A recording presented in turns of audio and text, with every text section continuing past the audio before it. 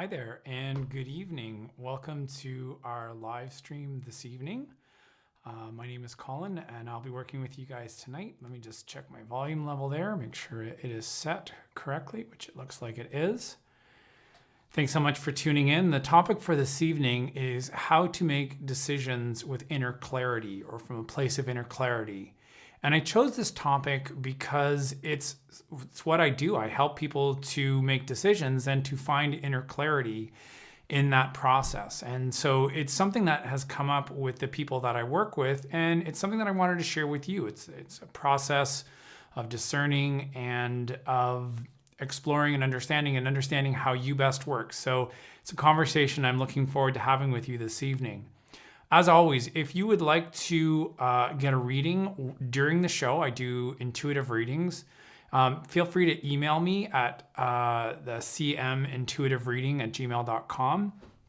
And I will gladly do one online. There's a little bit of a delay in the stream, so make sure that you send it before the end of the show, and then I can do so. I've done a couple readings already, and I like when people email me ahead of the show because it gives me time to do a more in-depth reading. And so if you want a more in-depth reading, email me before the show. So without further ado, let's explore what does it mean to make decisions with inner clarity. Well, first of all, what is inner clarity? That's what I might refer to as knowing, feeling certain, feeling at ease or at peace with the decision that you're making. And so you know you're making a decision with inner clarity when it feels like a yes, something that you would like to do. And so let's explore that. To begin with though, however, I want to get started by looking at what is your belief in making decisions? Whether you know it or not, your belief structure impacts the way you make decisions. And there are sort of two main categories that I see in the decision-making process. Category one is pure cause and effect. There is no divine influence in the world. There's simply cause and effect. And therefore, I make decisions based on the cause or the effect that may come as a result of my decision. That is a very mental process to do that.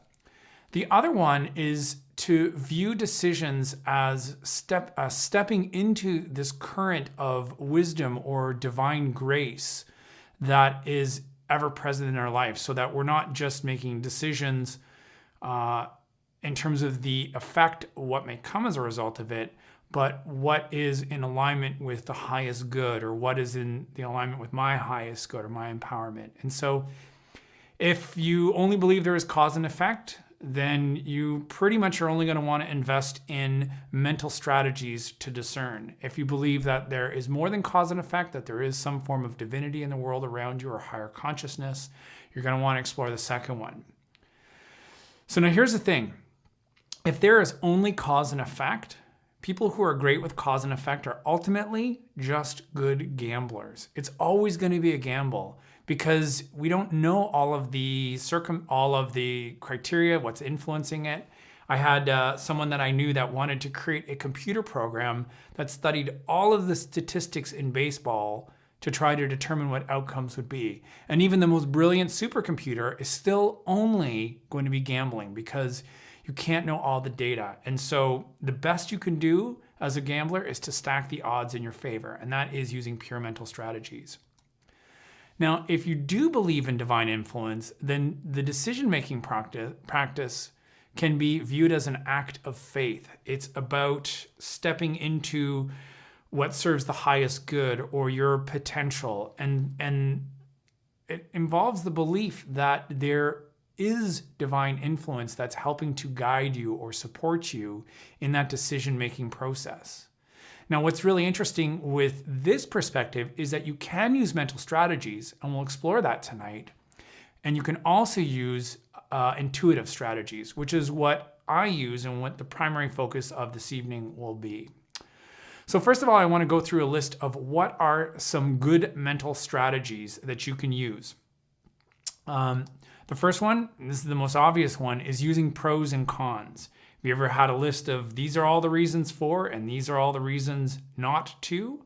That can be a very helpful way to go through your list of what you want to do. So pros and cons. Challenge and pros and cons, you may not list them all out. I don't know about you, but I can't imagine making a decision like, should I marry this person, from a list of pros and cons. That feels very mental and not very connected. The second one is to use data and statistics. And now that is to increase your understanding of what's going on, looking at what are the rates of whatever it may be, or what are, the odds on things like that. Now the challenge is, like, let's say there's only a 2% chance of failure. Well, if you're in that 2%, it doesn't matter if there's 0.5% of failure, you are going to experience failure. And so the challenge, once again, with data and statistics is it's never a guarantee. It's just about stacking the odds in your favor. There is another significant disadvantage with using pros and cons data or statistics, and that is that they're all they can suffer from confirmation bias. And it's not guaranteed that you're going to have confirmation bias, but they can suffer from that. So what is confirmation bias? Confirmation bias is when you already have a bias, and so you're looking at the data, or you're looking at the statistics, or you're writing pros and cons lists that is all in favor of the outcome that you would like to happen. So maybe you've already made a decision in that case, and so you just want to find ways to confirm what you believe is true. Now, it's not a guaranteed limitation, and there are things you can do to try to avoid confirmation bias. And one of those things that I really recommend is to gather alternative opinions or views, which, funny enough, in the world that we live in now, isn't something that's being done very skillfully. Part of the challenge with gathering alternate opinions or views is that it is threatening. When you get someone else's opinion or view and it's contrary to your bias or your view, that can feel upsetting or threatening. So it takes a real open mind, and that's what's really wonderful about, say, for example, the pure scientific method, is it seeks to transcend confirmation bias. And so great thing to do. Ask someone that you don't agree with what they think. Ask someone that you do agree with what they think. And that's a great way to try to transcend the limitations of confirmation bias. The other challenge with mental strategies is you can't know all the data. You can't measure it all. You can't have all the variables. And since you don't have all the variables, ultimately in your decision, you're still taking a guess. You're still gambling. And if things do not go the way that you would like them to go, you are likely going to experience regret. Oh, I should have thought of that. Oh, I didn't see that thing coming. Have you ever had that where you had the pros and cons list and you felt regret afterwards in your decision? That's the limitation. When it is a pure mental activity, regret can arise when things do not go the way that you wish that they would. That's why I like using the phrase, good ideas never are. I made a very significant business decision once because the pros and cons list, the pros list was 10 miles long and the cons list was 1 or 2 points. In my heart, I knew that the cons list was a stronger argument, but in my brain, the pros list was a better argument. And that, of course, didn't work out. And so I followed through with the idea that good ideas never are. Good ideas are never good ideas. So, something to consider. So what are intuitive or higher consciousness strategies that you can use to help guide you in your life? And here's a list that I've put together of ones that I use myself and that are something you can apply in your life. First one, just broad strokes. This is what Malcolm Gladwell wrote his book Blink about, which is what's your feeling? What's your gut tell you? What is your instinct in the moment? This is a split-second feeling. This is, yes. It's just trusting what it feels like. So, for example, I knew this was a bad decision on one level. I felt it, but I still moved ahead with it. I once moved to Calgary. I knew it wasn't the right thing. I knew it in my gut. I could feel it, but I still did it because my brain was dominating in that situation. The next one, and this is several different categories, where do you feel pulled? This to me is a directionality consideration. And by what do I mean by where do you feel pulled? Well, do you find yourself moving towards something or moving away from it? You can look at it even physically, like, oh, do I want to go to this resort on vacation? Oh, it looks kind of interesting. Or like, I'm not so sure if it's what I want. That's where there's this tendency in your physicality to move towards or move away. The other one is, do I feel attracted to or repelled by? Do I feel, I feel like I will often intuitively select my fruit at the grocery store. Although these days we're growing everything, so I don't even go to the grocery store. But when I do go to the grocery store, I'll do it. I feel attracted to that mango. I feel repelled by that mango on some level. So it's using the feelings of attraction and repulsion. It's a good strategy for life partners as well. The next one is, are you bracing or embracing? And notice I switched the order, moving towards, attracted, and now all of a sudden bracing. Why did I switch the order? Because bracing is, to me, the obvious kinesthetic things. Like, hey, do you want to go out for, and hey, would you like to, as soon as you find yourself guarding, protecting in your stomach, holding, that's a bracing strategy. Bracing is a great sign that something is going on that's worthy of being addressed. So are you bracing or are you embracing? And then the last one, this one that I find so fascinating, is simple yes and no expressions. Yes and no. They're like, hey, do you want to go out for dinner? Hey, do you want to go out for dinner? When as soon as I see, as I'm talking to someone, I see the slightest tell of this, that tells me there's something no going on, and this, there's something yes. And I used to get that. I used to teach hot yoga, and sometimes people would come out and devastated from class, and they'd be like, that's such a good class. And I would think, something's not congruent there. You're saying it was a good class, but your body's telling me that it was not a good class. Likely that person had a belief that suffering is somehow noble or valuable. And so while their mind feels nourished by that, their body's like, yeah, that wasn't a good idea. So notice, do you find yourself in more of a yes expression or more of a no expression? Now, part of the challenge with these strategies is they can all be influenced by your experience. Like you may have a bracing when there is something that could serve you because of a past negative experience. Or, and this is the one that we're going to focus a little bit more on tonight, there may be something going on in your subconscious that is influencing that. So you may subconsciously be bracing for something. You may not be able to articulate it or know what it is, but it is undoubtedly impacting what you're deciding. And this last point is the crux in accessing your higher guidance. Are you aware? Are you clear? And that's why we called it inner clarity. Or is something influencing you that you're not aware of? And so in order to access higher guidance, we want to find strategies to gain clarity in this regard. So to do that, I want to explore the different levels of consciousness. I find this an incredibly easy way to understand the way consciousness influences our ability to be clear. So there's the subconscious, there's the conscious, and the superconscious. You could call it subconscious mind, conscious mind, superconscious mind. Think of those three in that way there.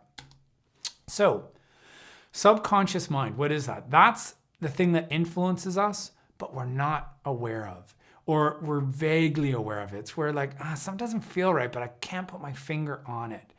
The reason it's called subconscious is because it resides below the conscious mind. So subconscious. The conscious is that which influences you, but you are aware of. Like, I like cookies. I'm conscious of it, and I know that. And when I see a cookie, I'm attracted to a cookie. Oatmeal raisin, in case you're wondering. But cookies are something that I am consciously attracted towards. And so conscious is easy to access because you're aware of it. Subconscious is much harder to access. The superconscious mind is that which influences you, or superconsciousness is that which influences you, but it resides above your awareness. And so what do I mean about above versus below your awareness? It's higher knowing. It's what is guiding you or what is influencing you in terms of knowing, but it is almost above your awareness. It's like a magnet in a way pulling towards you. So now here's the key component. Your access to your superconscious awareness or superconscious mind is directly influenced by the degree to which your conscious and subconscious mind are congruent or in alignment. In other words, if you're consciously like, I really love cookies, but you're subconsciously like, I'm afraid that I'm going to get fat or something like that. Your conscious mind, your subconscious mind will be at a war with each other. And that's going to access your superconscious mind. And life, this moment is to celebrate, enjoy a cookie, or you're on a precipice where you need to take care of yourself, avoid the cookie. That's the kind of guidance that your superconscious mind will be able to give you, avoid the cookie. or that your subconscious mind or that your conscious mind may not be able to access. And so part of the thing to do here is to bring the subconscious into the conscious so that you can access the superconscious. So I put together a list of strategies that you can use to transcend the limitations of the subconscious mind so that it's not influencing you. And so the first one, and this you will have recognized from the list that I put together, is what I call kinesthetics expressions. And that is what is being expressed in your body. So here's what's really neat about the body, and this is what comes up in medical intuition. Medical intuition looks at the impact of your belief structures on your physicality. Your body expresses both what your conscious mind holds and believes and what your subconscious mind holds and believes. And so if you have subconscious beliefs, those things will express themselves in your body. How are you doing? Oh, I'm fine. Actually, I look guarded or scared. I'll often get bracing. When I do a reading on somebody and I get clenching in the jaw, that tells me that there is a bracing strategy, something I don't want to feel or address. So you can look at the kinesthetic expressions in your body. They will be both conscious, like yes, and they'll also be subconscious. In fact, that's great when someone's like, no, I don't want to do this, or yeah, that sounds great. That's incongruency between the conscious and the subconscious mind. The next one, and this is one that is really easy for you to do in your life, is muscle testing. So muscle testing is about the resonance in your body with the decision that you're making. Being that when you are making a decision that resonates with your highest good or your being, there'll be an enlivening in your body. And when you're making a decision that does not resonate or does not work towards your highest good, there'll be a diminishing of in your body, like a non-expansive quality. And so there's several different muscle testing techniques. The first one is a leg or arm. This one's really easy. This one's actually easiest to do if you have someone to help you. You hold the arm up in the air and you go to push down on it. And so you say, is this the right house for me to move into? And they push down and yes, no. No, if it's a no, then it's going to be weak and they'll be able to push your arm down. If it's a yes, there'll be greater strength. And the impartial third person can feel, oh yeah, you were way stronger when it was, yes, this is the best house for me to move in, or no, this isn't the best house for me to move in. You can do this on yourself as well. I forgot to include, there is an important quality of muscle testing, and that's that you want to get a baseline. And what I mean by that is, what is yes and what is no? Some people, yes, might actually, well, actually in muscle testing, it's strengthening, but you want to get a sensation for what is yes and what is no. So you might say, like, my name is Colin. Okay.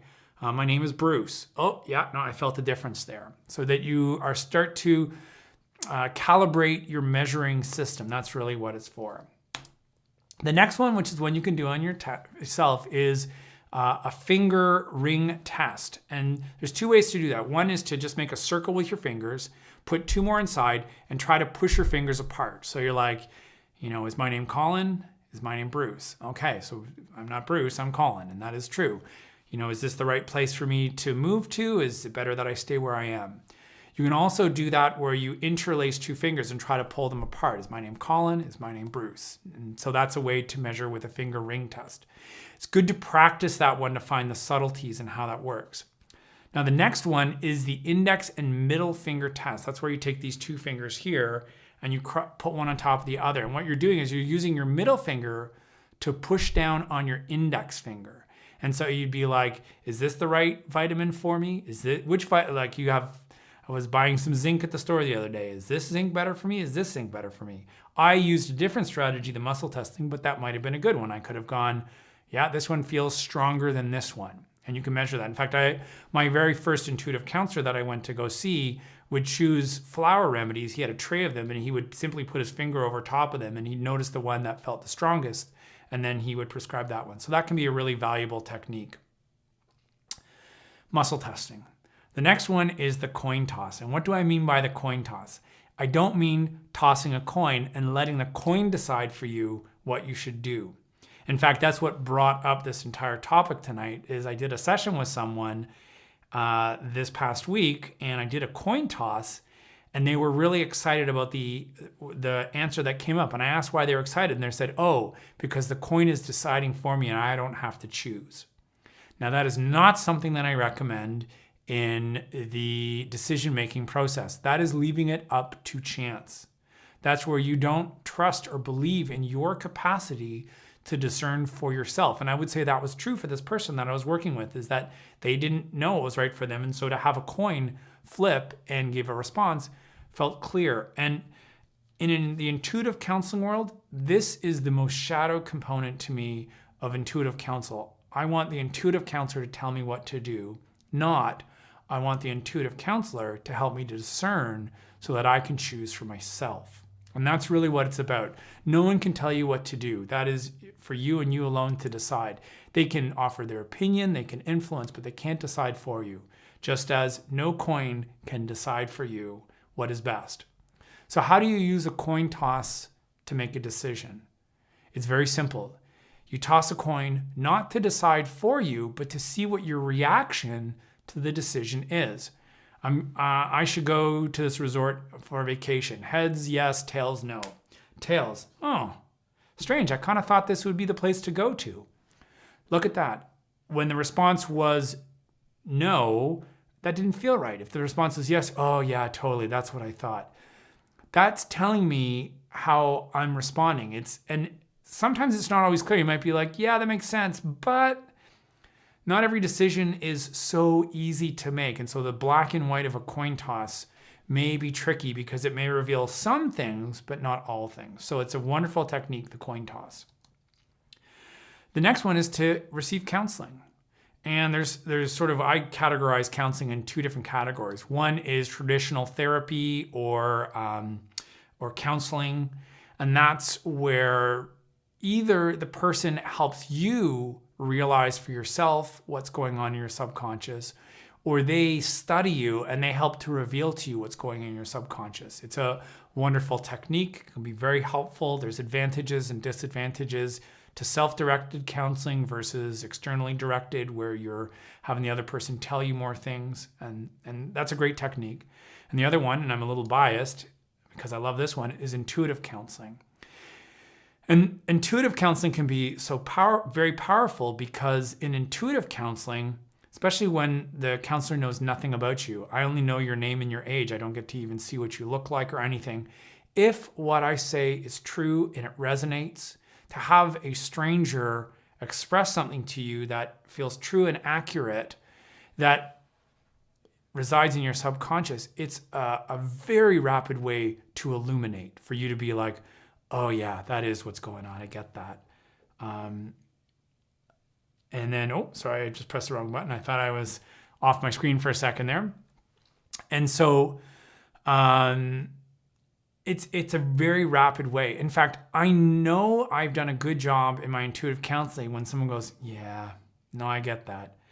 I know that I may not have done a good job if they go, really? Are you sure? I don't know about that. That tells me that I may be off base. But when someone's like, yeah, that tells me they're acknowledging something that exists in their subconscious mind. So intuitive counseling is a great way. This is the most important one in terms of this whole process of developing inner clarity. Practice muscle testing, practice leaning in, leaning out. When I made that poor business decision, when it didn't work out, the practice of making a choice that didn't really serve my highest good actually really served my highest good, because then I realized, no, I kind of knew that was wrong. I felt it. Okay, now I know. And so one of my early teachers said, in reality, Colin, there's no such thing as failure. And what I love about that perspective is I wouldn't say that I failed. I was not yet able to act on what I knew. And so I needed to go through life school more to strengthen that muscle. So that next time, man, on paper, this is amazing, but every part of me says no. So no, it shall be.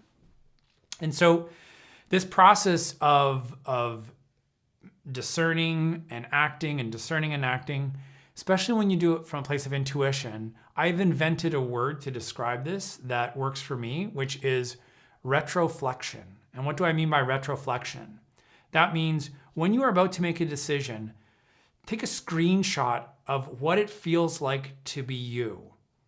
Okay, part of me is uncertain, part of me feels like it's this, but I also feel some of this. Okay, I'm going to decide. And then in time, reflect on the outcome of your decision.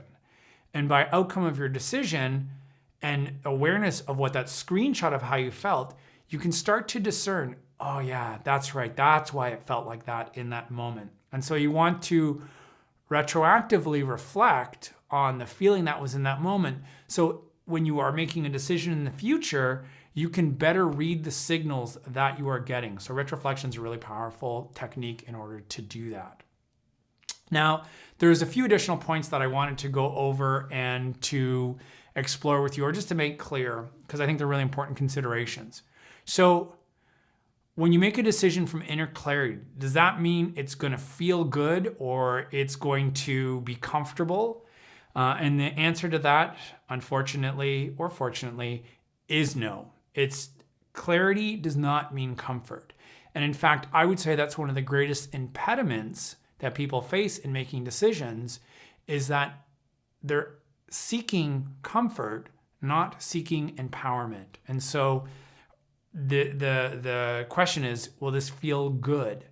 And if you use that as a measure, you're going to continue to narrow that which is comfortable. Like they say, growth is in the areas of discomfort. I like to say, if this is what's comfortable, this is where growth lives. So if you only choose comfort, it gets narrower and narrower until eventually you're an old person and you only want to go and eat out at Swiss Chalet or Denny's. So I would not use comfort as a measure. Or to put that in another way, higher guidance is always there to influence your empowerment. Right? What would serve my highest good? What's going to help me to evolve into the greatest version of myself? I doubt you'll find somebody who has achieved tremendous excellence in their life that hasn't had to go through significant discomfort in order to achieve it. So try not to use comfort as a measure. The other principle that to me is really important here is the idea that the universe doesn't care what you choose. It cares why you choose what you choose. Should I stay? Should I go? In a way, the decision doesn't matter. Why am I staying? Because it's familiar, it's comfortable, it's all I can handle right now. That's not the most empowered decision. It might be, but it might also be an act of fear. Why am I going to stay? Oh, because as much as I want to move, it doesn't feel like now is the right time. That's an act of faith. And so it doesn't matter what you choose so much as why you choose what you choose. And that's a really important thing to consider. And then the final one, and this is to me one of the most fascinating ones, focus on what you know rather than focus on what you don't know. And what do I mean by that? Well, some people, when I do work with them, they'll be like, I don't know. I mean, I'm not totally happy with what I'm doing. And I don't know, I kind of feel like they're taking advantage of me. And I have a rule. Anytime someone says, I don't know, immediately say, what do I know? Or what I'll ask, well, so what do you know? The challenge with higher knowing or higher guidance is that in essence, it is threatening because it invites change. And if you are adverse to change, you might subconsciously disempower yourself because you don't want to accept the discomfort or the threat that the change is inviting.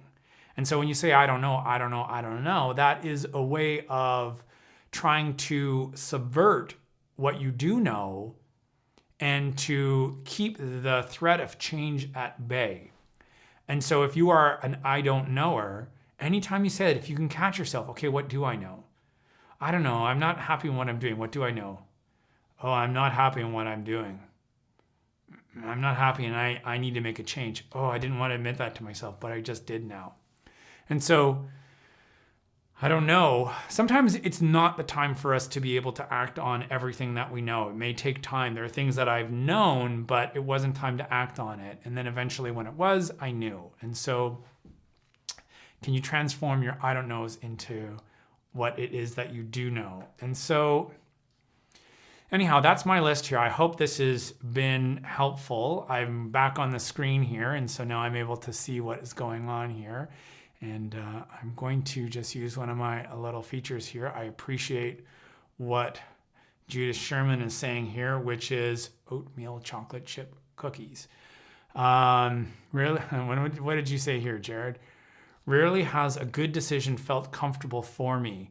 Yeah, that's awesome. And Jude, I see you agreeing with that. That's a great way to know that you are making good decisions. It's about growth and about being able to sit with discomfort. So awesome stuff with that.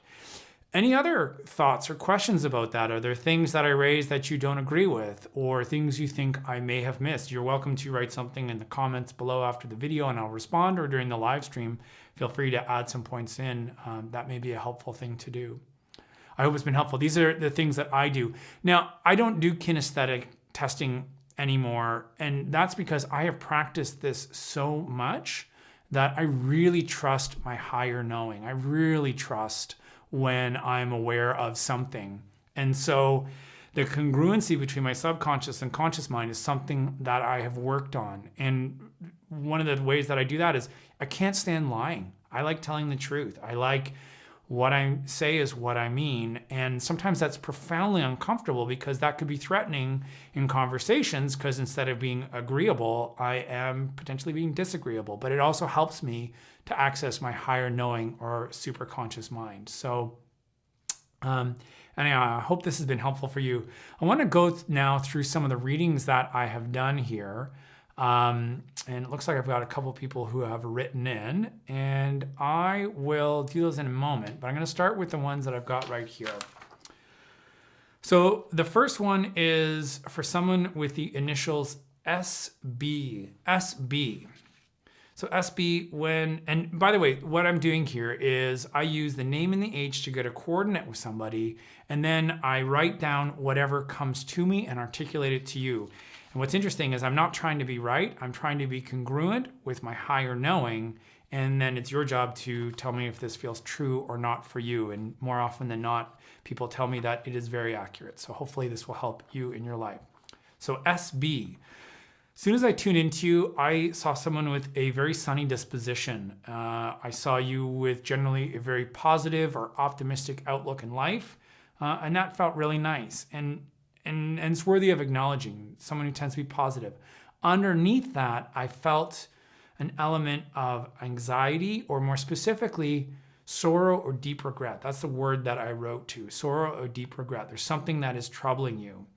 I mean, this is true for many people, but for you specifically, that's the thing that I got. And for you, what that sorrow or regret does is it's leading to self-doubt, to you feeling uncertain and feeling insecure. And I saw you questioning yourself a lot. What's interesting to me is the strategy that I got in terms of how to deal with what is going on for you is for you to learn how to process or deal with painful or difficult situations. In other words, when you are struggling to work with or acknowledge that deep sorrow or regret, it feels to me like it's because really fully sitting with a difficult or painful situation seems challenging for you. It feels like you're using your mind to reason or to justify or to reconcile. It's like you're up in here figuring stuff. Oh no, well, I understand why, it makes sense, as opposed to like, oh, but that didn't feel good. So it's like you're trying to prove I wrote here, this is proving unsatisfactory. Oh, that's right. That's what I'm saying. It's unsatisfactory for you to use your mind to reconcile because it doesn't involve you getting into it, what was bothering you. So to me, the phrase I like here is learning to embrace more of the dark. And I don't mean darkness. I mean the stickier, darker sides of life. What's interesting is when I saw you embracing more of the dark or stickier sides of life, the issue I felt right away was you feeling out of control. It felt as though things were happening quicker than you could manage, or you didn't feel safe because it was happening out of control. Made me think of the paradox with children. I was a kindergarten teacher, and one of the reasons that I was good at it is kindergarten kids are out of control. I could only maintain so much control, but a lot of it was out of control. And so to me, being okay with a certain amount of chaos is really helpful. So for you, finding more space for things to not always be pretty and organized and clean and clear, but a little more discomfort, chaos, loss of control would be a good thing. That can be an act of faith. I also felt there's something going on in your chest and your heart. I called that anxiety. That's what I mentioned earlier in the reading. Struggling with uncertainty. And so to me, SB, what I see here is this is about you finding a place of grace, of ease, and of trust. It is a bit about opening the can of worms that you feel. It's like, what do I know? Oh, that there are things that are troubling me or bothering me. Okay, I'm willing to address those. And that can be a really helpful thing to look at or address. So anyhow, I hope that's been helpful, SB. If you resonate or disagree, you're welcome to email me back and share any thoughts on that. The next one is for an individual, initials JT. JT. So JT, when I tuned into you, right off the bat, I got a feeling of weight in your heart, chest, and upper back. Something like a burden, something that you're carrying. And significantly in that burden, is it the burden in the back is, there's a weight in your heart and there's a burden in your back, and it's because you can't seem to shift it. It feels sticky or ever present. I saw you long in the face with sorrow in your eyes. So there's like a depressive quality to that energy that's there. And I wrote here, this one feels really sticky. Sometimes when something's going on, oh, there's this, and you can get aware and make a shift, and all of a sudden things change. For you, this one felt sticky. And when something is sticky, it's because a lightning bolt moment is not likely to serve your empowerment in the way that steady effort over time, connecting more deeply, can have a significant influence. So if you find yourself wanting, like, how can I just get it to change? I'm not saying it can't happen. For me, it felt like there was value in effort over time. I also felt in you an a tendency towards anger and frustration or rage. This is something I've been looking at more in myself. It's definitely a masculine trait of needing to deal with the shadow of anger and rage. And for you specifically, JT, it feels like it's connected to a disbelief or a belief in your incapabilities. And so when you experience setbacks or things not going the way you like, it's not like, oh, that's too bad it didn't work out. It's like, fuck, I never get this right. Sorry, I swore there. Told my wife I wouldn't do it on the live stream, but I just did. I told myself too, but maybe not loud enough. And so there's a quality of when there's a setback, it's not that setbacks are inherently wrong or bad. It's that when you're experiencing a setback, it's showing on some level where you don't believe that you are capable. And so I saw two things in that as a response to it. One is the serenity prayer. Give me the wisdom to know what I can control and the awareness of what I can't control and the ability to discern between the two. That was not exact, but it's in that essence. And then the other one was for you to create an inner self-ally or champion. So something in you that transcends your disbelief. This is my third live stream. I'm usually really good at talking and speaking. This is me just talking to my camera in front of me. And so it's more challenging for me. And I have felt disbelief creep up as I've been working on this. And part of what I've been working to do is to have an inner champion that says, you can do this. Just give it time. This is who you are. You're good at it. And that is helping me to work through those sticky places where disbelief can show up. So that's really helpful. The phrase I wrote for that is believing before there is evidence to believe. So I believe in my ability to do this before there's evidence that I have proven myself to be able to do it. So that's an important thing. For you also, JT, it seems really important that it is a practice of self-approval, not group or tribal approval. So oftentimes we'll want approval from someone else. If a million people watch my videos, Colin, you're brilliant, whatever. Oh, it's so easy to know that I'm doing a good job. That definitely makes it easier. And I'm not saying that it's wrong to want those things, but if you rely on them too much, if there's a time in your life where you're necessarily going through a desert, you may not emerge through if you don't have sufficient self-belief. So something about self-belief or self-approval is really important. There was one last point that I got for you, JT, And that to me was a need for empathy. So this is where I think you can't do it all alone, where having somebody to empathize with you would be really helpful. It felt more like a feminine energy. Oh, I hear you. I understand. That must be hard. Or something that helps you to feel seen and understood. Now, I would recommend trying to find this outside of a relationship, because if you seek this type of empathy through a relationship, that may create a dynamic that you don't want in a love partner, though it may serve you on some level. So I would just be aware of that. And think of it simply there, someone to talk to. Too much time alone doesn't feel good to me for you. So JT, I hope that resonates with you. I'm going to take a moment now to look at the two other people that have written in. The first one here is an MT. MT, I know, and they didn't send me their age, so I'm just going to look it up in my readings here so that I know their age. Got it. Okay.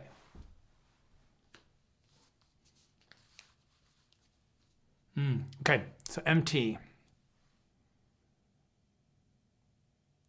There's this quality of upliftedness in your heart. There's sort of like an optimism, a yes, but I see you pursing your lips. I would call that holding back words. Yeah, that sort of creates excess bile around your mouth. Sometimes if you're ever around somebody and they have really bad halitosis or bad breath, that can be when ideas are churning around in their mouth, but they're not giving voice to it, or they're spewing out tremendous negativity. So for you, MT, it feels like there's something you're doing with holding back words. It feels like expression of disappointment is really important. Frustration. So it feels like you are embracing many things right now, and with those challenges will come challenges. So finding a way to express and let them out. It's like I'm craving you going like shaking it out somehow so that you're letting it go from your system. Let me just see if there's anything else here, MT.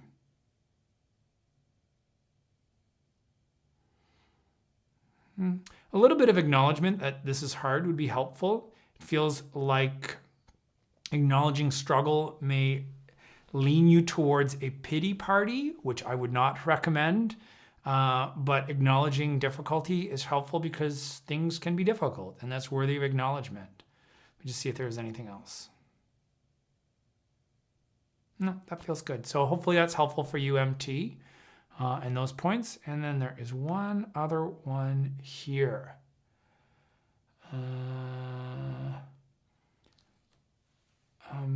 let me just read this here. Okay, so this is for someone who's here. Okay. This is MM. So MM, there's a certain quality of sternness in your posture or your chest. It's like you're holding yourself. It's a posture of strength, but it's not relaxed or easygoing. It feels stern or strict or tight. There's something in you that is turning away in your head.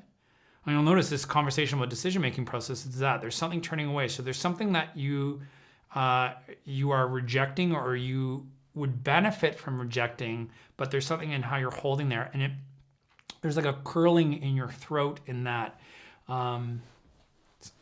It's almost like you're holding back being sick to your stomach or something. The regurgitation might be the word. So it's like it is churning around in you. So you're not going to get relief or release until you turn towards a thing and address it. So whatever it is that you're struggling with, I feel that tightness in my chest when I say that, to turn and address something, but I do highly recommend turning towards and addressing. What can you do to deal with it? That feels challenging in that it feels as though you have not had past successes in doing so. I actually get elements of tears of frustration as you do that, or turn into whatever that is. And so for that one there, and this is important for everybody, when you have experienced something that doesn't go the way that you like, you need to put it to rest. You need to mourn or let it go. So this feels like there's a need to mourn past failures or past things that didn't unfold the way that you would have liked them to, so that you can embrace or find a new possibility or a new capability within yourself. This is so important. This is about you discovering your capability. When I started my first business, I almost went out of business. It was the scariest time in my life. I had regular, incredibly negative beliefs. And I'm so glad that I owed money to my family, because I would have quit if I didn't. But I'm so glad that I stuck with it, because it got me to work through those initial feelings of frustration and disbelief. And these may be subconscious for you. They may not be overtly, I don't think I can do it. It might be a subconscious, yeah, I'll do it, but ugh. And that could be why, like, your body is moving into this turning away rather than towards. And so getting you residing comfort in your stomach, nodding. I believe in my capability to work with this thing in a positive way that is going to make a difference. MT, this one feels, not MT, sorry, MM. This one feels old. It feels like it is from a young age. It may be from where you were never good enough in the eyes of your parents, likely more your father. And you haven't dealt with that frustration of not getting the approval or the acknowledgement that you would like. So I approve and acknowledge of myself. So anyhow, I hope that has been helpful, MM. I don't see anyone else that has written in up until this point. And so a couple things here to share. I see here, Sam, I'm really enjoying content so far. I'm so glad to have you here. And Patricia, helping to tap into and trust your knowing and guidance. It is fabulous. This is part of the paradox in this whole process, is that letting yourself be intuitively guided is one of the most empowering and fulfilling things you can do, because it means about stepping into your potential in life. It can also be one of the most challenging, because it means confronting your fears. It means working through the things that are difficult. And it means discovering your potential. And that takes a tremendous willingness to scrape your knees, to be open, and to grow. And so for those of you that are doing so and are finding that, I express tremendous gratitude. It's something that we all need in the world. Hope this live stream has been helpful this evening. If you have any additional thoughts or comments, and please let me know. Jared, you're most welcome. I love what I'm doing. This is such a grace and an honor for me. And it's an interesting point. This has been difficult for me. I've always been highly intuitive, but being able to be highly intuitive in an empowered way in the world, where I'm not just in myself, but I can share it with others, has been a process to grow into. So thank you for acknowledging that, Jared. And I hope this has been helpful for you, and have a great evening. Take care.